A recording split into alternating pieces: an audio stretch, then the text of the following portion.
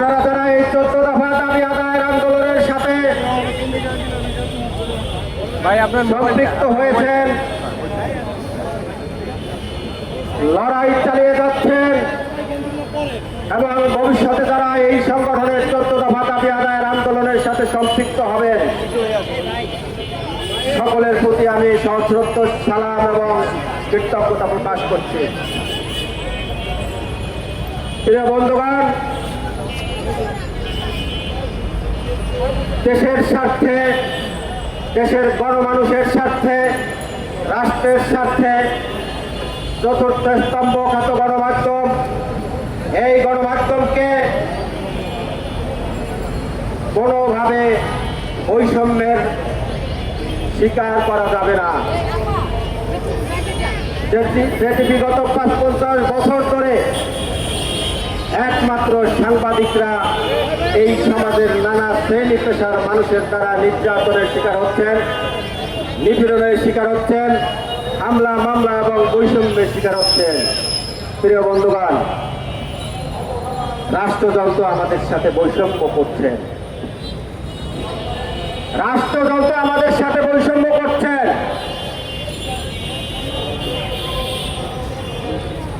সামনে যে সকল মিডিয়া এবং চ্যানেলের প্রতিনিধিরা রয়েছেন, আপনারা সুশৃঙ্খলভাবে আমাদের এই সংবাদটি কাভারেজ করবেন।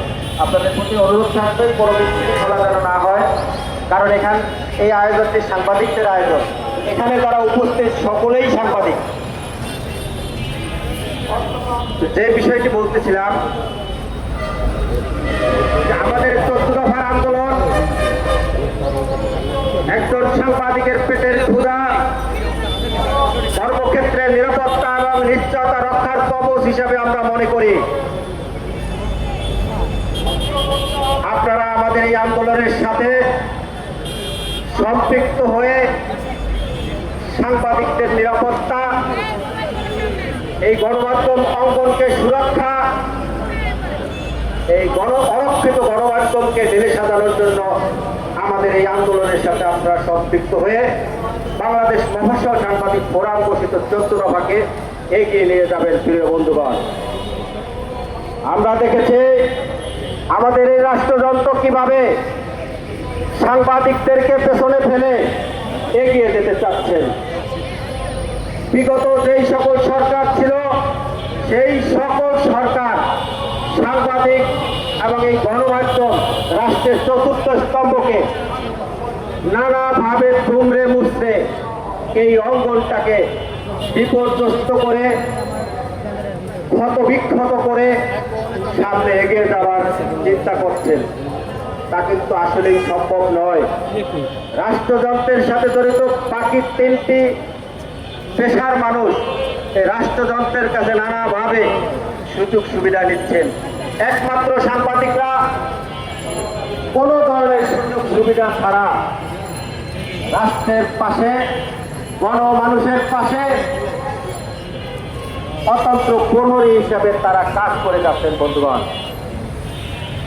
আমরা এই অরক্ষিত গণমাধ্যম অঙ্গনকে ঢেলে সাজানোর জন্য আমাদের যে মহাপরিকল্পনা, এই মহাপরিকল্পনার সাথে আপনারা ঐক্যবদ্ধ হবেন, আপনারা একমত হবেন আশা করি।